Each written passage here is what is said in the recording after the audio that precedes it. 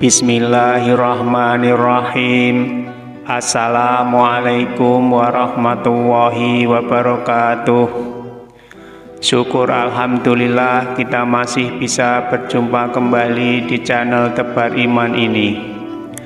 Salawat dan salam tak lupa selalu kita sanjungkan kepada junjungan kita Nabi Agung Muhammad Sallallahu Alaihi Wasallam. Allahumma sholli ala Sayyidina Muhammad wa ala ali Sayyidina Muhammad. Doa saya semoga kita semua selalu dalam lindungan Allah Subhanahu wa Ta'ala, selalu diberikan kesehatan, dilapangkan rizki, dipanjangkan umur, serta dimudahkan dalam segala urusan. Amin ya Rabbal Alamin. Pemirsa beriman yang dirahmati Allah, perbuatan zina merupakan salah satu perbuatan dosa besar yang sangat dibenci Allah. Begitu banyak ayat dalam Al-Quran yang menjelaskan tentang hukuman yang akan diterima oleh para pelaku zina, baik saat di dunia maupun kelak di akhirat. Meski besar ancaman dosa yang akan diterima oleh pelaku zina, namun ternyata ada perbuatan yang dosanya jauh lebih besar dari 1000 kali berzina dan membunuh. Ancaman bagi pelaku dosa tersebut adalah kemurkaan Allah serta mendapatkan kehinaan di dunia dan di akhirat. Lalu perbuatan apakah yang dosanya lebih besar dari 1000 kali berzina dan membunuh bayi hasil zinanya? Ternyata dosa besar tersebut adalah dosanya orang yang sengaja meninggalkan sholat 5 waktu dan tidak ada rasa penyesalan. Tidak hanya saat di dunia, hukuman bagi orang yang meninggalkan sholat di akhirat kelak juga akan mendapat siksa yang sangat pedih. Tentang beratnya dosa meninggalkan sholat 5 waktu, Rasulullah SAW juga pernah mengatakannya. Rasulullah pernah diperlihatkan oleh Allah Subhanahu wa Ta'ala pada suatu kaum yang membenturkan kepala mereka ke batu. Setiap benturan membuat kepalanya pecah, namun kemudian kembali kepada keadaan semula, dan mereka pun tidak berhenti melakukannya. Rasulullah kemudian bertanya, "Siapakah mereka, wahai Jibril?" Jibril pun menjawab, "Mereka adalah orang yang berat kepalanya untuk mengerjakan sholat." Hadis riwayat Tabarani. Pemirsa beriman yang dirahmati Allah, mengenai hal ini ada suatu kisah yang sangat menarik di masa Nabi Musa alaihi wasallam. Lalu seperti apa kisah tersebut? Silahkan tonton terus video ini sampai selesai. Tapi sebelum kita lanjutkan, saya mohon dukungan kepada semua pemirsa untuk like, subscribe, dan share video ini supaya channel ini bisa berkembang dan bermanfaat untuk banyak orang.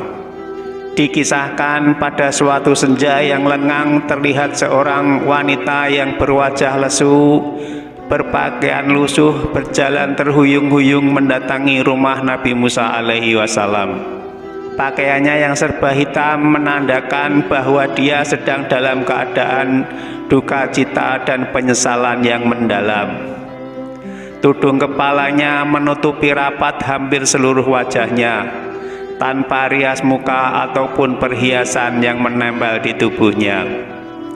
Kulitnya yang bersih, badannya yang ramping, dan raut wajahnya yang sayu tidak dapat menghapus kesan kalau dia seorang perempuan cantik yang sedang terkoyak hidupnya. Dia melangkah terseok-seok mendekati kediaman Nabi Musa alaihi salam. Sesampainya di sana, diketuknya pintu rumah pelan-pelan sambil mengucapkan salam.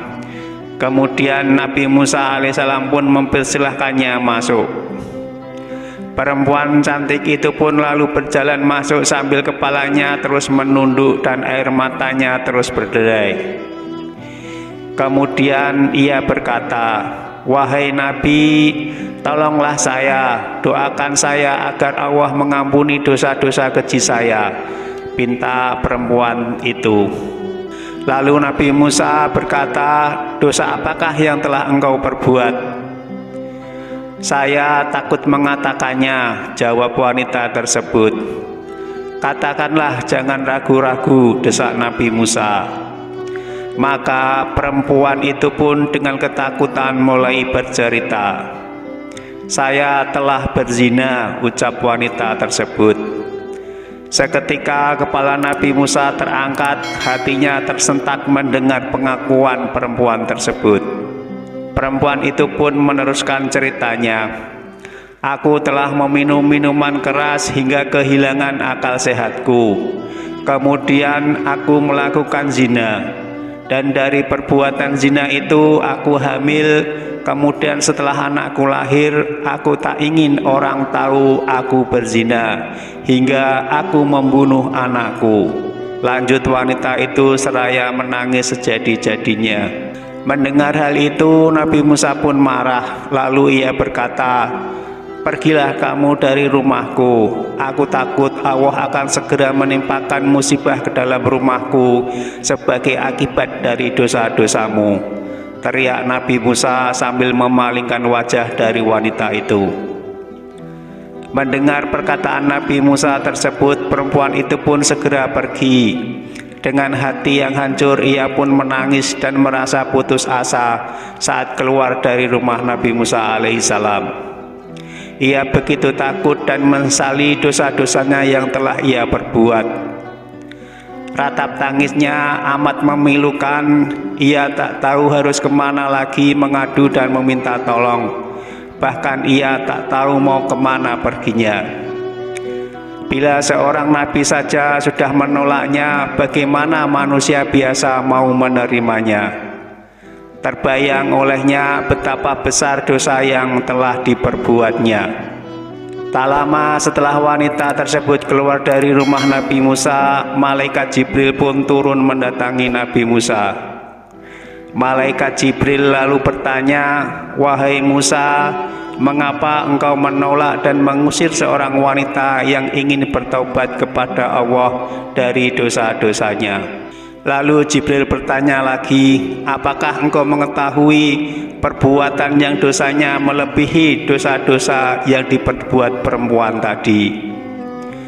Nabi Musa pun terheran, lantas ia balik bertanya, "Dosa apakah yang lebih besar dari meminum khamr, berzina dan membunuh? Betulkah ada dosa yang lebih besar dari dosa yang telah dilakukan perempuan tadi?" "Ada," jawab malaikat Jibril dengan tegas.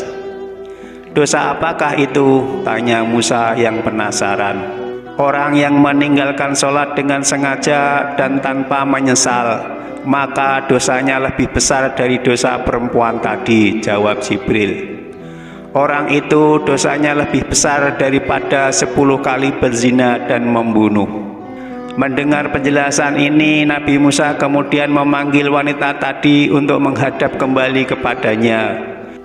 Lalu Nabi Musa mengangkat tangannya sambil berdoa memohonkan ampunan kepada Allah Subhanahu wa Ta'ala untuk perempuan tersebut.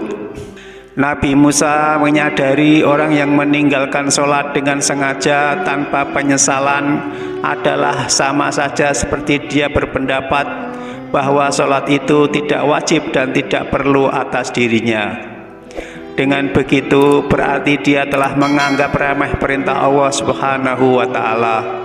Bahkan seolah-olah menganggap Allah Subhanahu wa Ta'ala tidak punya hak untuk mengatur dan memerintah hamba-hambanya. Sedangkan bagi orang yang bertaubat dan menyesali dosa-dosanya dengan sungguh-sungguh, berarti dia masih mempunyai iman dan yakin bahwa Allah itu ada. Dengan begitu Allah pasti mau menerima taubatnya. Ibnu Qayyim al-Jauziyah dalam hal ini mengatakan, kaum muslimin bersepakat bahwa meninggalkan sholat 5 waktu dengan sengaja adalah dosa yang paling besar, dan dosanya lebih besar dari dosa membunuh, merampas harta orang lain, berzina, mencuri, dan meminum minuman keras. Orang yang meninggalkannya akan mendapat hukuman dan kemurkaan Allah Subhanahu wa Ta'ala, serta akan mendapatkan kehinaan dunia dan di akhirat.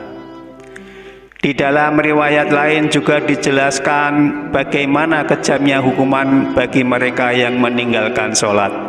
Ibnu Abbas radhiyallahu anhu berkata, jika langit sudah terbuka maka malaikat akan datang dengan membawa rantai sepanjang 7 hasta.